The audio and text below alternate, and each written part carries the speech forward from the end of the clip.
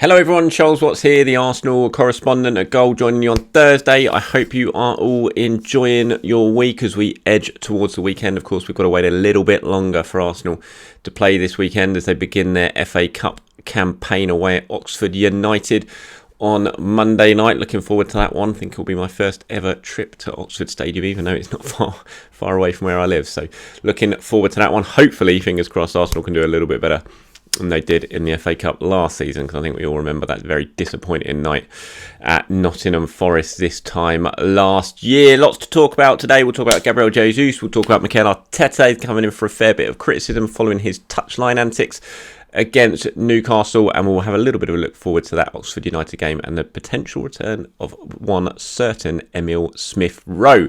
But of course, we've got to start today's video where we're pretty much starting every video at the moment, and that is transfer season, and that is on Mykhailo Mudryk. Arsenal's second bid has been rejected.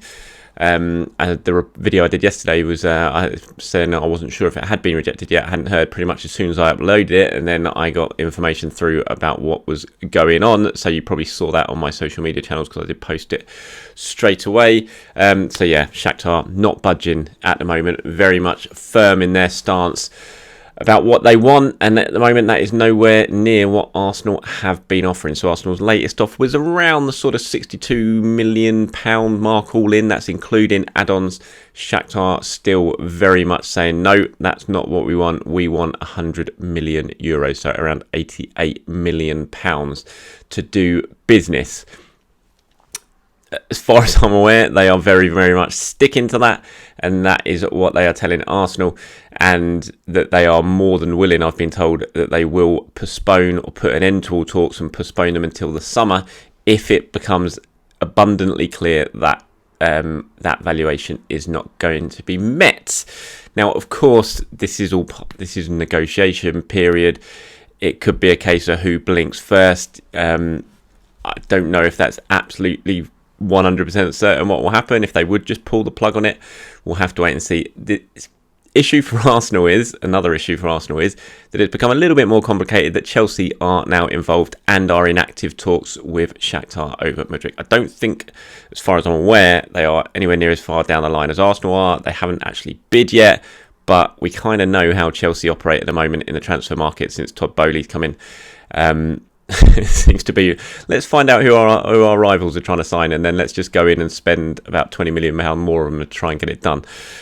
We've seen them do it since he arrived, and they're certainly sniffing around, which could be an issue for Arsenal. Maybe it's not. The good thing for Arsenal, of course, is that Mudryk absolutely wants to join them, and they are his priority right now. So whether that plays into Arsenal's hands, we'll have to wait and see. But it is a big dilemma. I wrote a piece that that's gone out on Goal. It's on the homepage of Goal at the moment. I've put it out on my Twitter as well if you want to go and find it. Kind of looking at the dilemma facing Arsenal when it comes to Mudryk, because they clearly need to strengthen this window. They want to strengthen this window. I mean, they've shown that by bidding twice, and they very much will look at that bid that they've put in, the second bid for Mudryk, and think it's a very fair offer for a player. He's only played, I think, 23 senior appearances for Shakhtar. He's only scored 12 goals. He's only made 8 international appearances.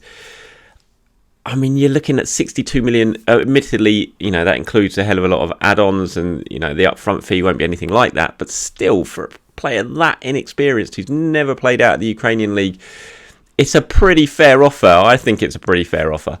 But they're not having it, and so it is a dilemma to Arsenal. What do you do? Do you hold out? Do you hope that Shakhtar soften their stance as the sort of month goes on, because do they really want to be left with a very disillusioned player who's seen his dream move and a move to England denied for a second successive transfer window? So maybe it's a bit of a bluff, and they will eventually, as the window drags on, think, okay, well, we will look to get some sort of deal done. So do Arsenal do that, or do they just say, okay, fine, we'll bow to your demands and we'll pay you this sort of money? I'm not sure they can commit to £88 million for Mudryk. I mean, that is including add-ons as well, so it wouldn't be 88 million up front or anything like that. It would include add-ons, but still, even so, it's an awful lot of money, and it's, you feel that at some point in this window there's got to be a cut-off point for Arsenal when it comes to Mudryk, because they clearly need to strengthen, as I said. And if you're not going to sign Mudryk, then they have to surely move on to someone else, because they've got to get someone in they've got to get a good player. I don't want them just to get a body in for the sake of it. Mikel Arteta's already said they're not going to do that, but they've got to have a second target, a second priority. I don't know who that is, but they must have. And at some point, there's got to be a cut-off point, you would think, where they think, okay, Mudryk, it's not going to happen. Shakhtar aren't budging. We're just going to call time on it, walk away, and try and get our second priority through the door. So it is a dilemma for Arsenal. We're still very early on in the window. It's only January the 5th, so it kind of feels like it's been dragging on for ages, but the window is only been open for 5 days, so we'll wait and see what happens. But what would you guys do? It's interesting. I've seen a lot of responses to the stories that I posted yesterday on Twitter, and a lot of people saying walk away, but there's also a lot of people just saying just pay the money. So let me know what you guys do. I've had my say. I think it feels like too much money, and I want Mudryk. I'm very invested in this transfer because I'm a really big fan of Mudryk, and I really want to see him play for Arsenal. Still, £88 million. It feels like an awful lot of money for such an inexperienced player, however good and however much potential he does have. Gabriel Jesus has been posting updates about his injury pretty much daily, or once every 2 or 3 days anyway, and on his Instagram and on his Twitter. And he posted another video yesterday which showed him really sort of working out hard, bending his knee, putting on a lot of weight on his knee, which is perhaps a good thing. I mean, the latest with Jesus is he is off crutches now. Me and a couple of other reporters who were down in the mix zone after the game against Newcastle on Tuesday night, where we sort of stand and wait for the players to come through to try and talk to them. Not that any of them actually talked to us on Tuesday night. I had a big fat blank from that. No one wanted to chat, but we do get to see a lot of players sort of walking through. And Jesus was there watching the game, and he was without crutches, which is a good thing. His knee was heavily strapped. He's in a brace still, but he was walking without crutches, which is a good sign. Still no potential return date. Yeah, everyone's been very, very wary about that. No one wants to put added pressure onto him and have this big sort of date in the head that everyone's focusing on, thinking he's going to be back. But so far it's going well. He's doing a lot of stuff at London Colney. He's stepping up that recovery process, and it is a good sign clearly that he is not needing to walk with crutches now. But knee brace is still on. We'll wait and see how long that remains on, but certainly good. You go and have a watch of that video if you haven't seen it yesterday. I retweeted it, and you kind of look at it and you look at the work he's doing, just some of the weight he's putting on it, and you're thinking, come on, please get back soon. So yeah, that's the latest as far as I'm aware on Gabriel Jesus. Mikel Arteta has come in for a lot of criticism pretty much all season, really. I mean, obviously you've had Richard Keys and his rants that he's had about him, but he's been singled out again kind of after the Newcastle game for his touchline antics, if you call them that. And he clearly was very angry in the Newcastle game. You saw that. That's a great video that's doing around on social media. Someone's added a sort of cartoon wasp that's flying around him when he's running up and down the touchline. It is pretty funny. But I think it's harsh, and I also don't think it's actually that fair as well. And you kind of look at some of the pieces saying, "Oh, Arsenal are going to be," his players need Arteta to stay calm.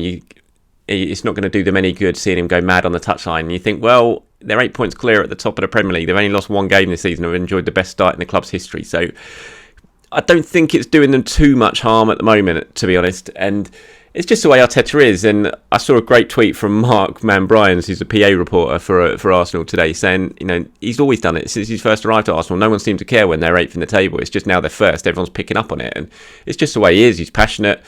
Sometimes he probably does cross the line, certainly with a fourth official, but I think you've got to take it. I mean, he's not the only one. Look at Jurgen Klopp. Look at what he does. Look at what Jose Mourinho used to do. Look at some of the stuff Antonio Conte's done over his time. Even Thomas Tuchel's normally really, really calm on the touchline. Look at what he did a couple of times when he was a manager at Chelsea. So it just comes with the territory. Look at Pep Guardiola. He booted a water bottle into the Leeds bench, I think, the other day in their game at Ellen Road. It just kind of happens. It's the intensity of the Premier League. And what do you want? Do you want everyone just standing around being boring on the touchline? I just don't really get it. There is clearly a line that you don't want to overstep. You don't want to be pictured hurling huge amounts of abuses at referees or the fourth official. Of course you don't. But I think as long as you kind of stay the right side of that line, then a bit of passion on the touchline doesn't do anyone any harm. And it's certainly, for me, I look at it, I don't think it's doing any Arsenal players any harm. And I'm sure the Arsenal players, if you ask them, aren't really too bothered what Mikel's doing on the touchline when it comes to complaining about decisions and things like that. So I think the criticism is a little bit harsh. And I also find it quite it's quite stark that a lot of the criticism that he seems to get when it does arise comes from people who aren't sort of watching Arsenal week in, week out, and it's sort of they sort of come watch Arsenal one game, see it, and are a bit sort of taken aback by it, and then will write something or say something or put something on their social media account. But I think when you sort of watch him week in, week out, and you understand what Mikel Arteta is all about, you kind of understand it a little bit more. And he's not doing it every game. In the Newcastle game, I'm not surprised he was fuming. That some of the decisions that went against Arsenal and some of the refereeing, I think that's the thing you got to focus on sometimes. I mean, it was just such an abysmal refereeing performance. I'm not surprised Arteta was unhappy on the touchline. So yeah, anyway, that's my saying it. But let me know what you guys think as well in the comments below. Okay, so finally looking a little bit ahead to that Oxford United game. Lots of changes expected for this one. Mikel's going to have to shake up his squad a little bit, give some game time to the likes of Rob Holding, I'm sure will play, Sambi Lokonga, Mohamed El-Neni. It'll be interesting to see who plays up front. You think it's probably going to have to be Eddie because there's just no one else to play up front at the moment. Fabio Vieira, I'm sure, will come in.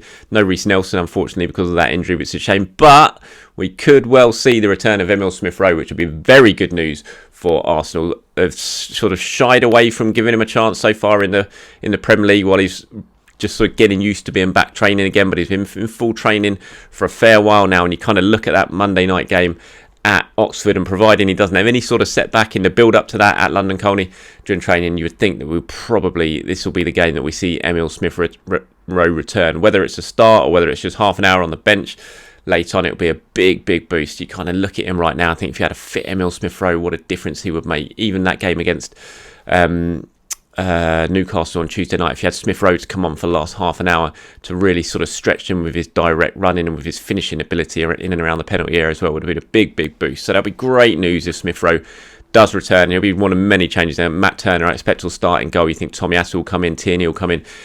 It's the same sort of thing when it comes to, there's probably going to have to be a couple of players who do remain from the starting 11 in the Premier League. Like Gabriel tends to be the left-sided centre-back because they just don't have another left-sided centre-back. So it's kind of, you think it's probably going to be him and Rob Holding as the centre-back. Like I said, I imagine Eddie Nketiah will have to start just because there's no real other central striking option for Arsenal. But other than that, I'm expecting big changes from Mikel Arteta. The players need to play. They need to get some minutes. And of course, Arsenal have got Tottenham next in the Premier League, and you don't want to be risking anyone unnecessarily. I'm sure he'll have a strong bench, and he might well bring them on for 20-30 minutes, especially if it's needed on Monday night. But I think the starting 11 will certainly be very much changed to what we've seen from the Premier League since the return on Boxing Day, that game against West Ham. All right, that's it from me today. Thank you very much for watching. As always, anything you've agreed with, disagreed with, do let me know in the comments below. As I keep saying throughout these videos, always appreciate to read your views. Until next time, have a very good day, everyone, and I'll speak to you soon.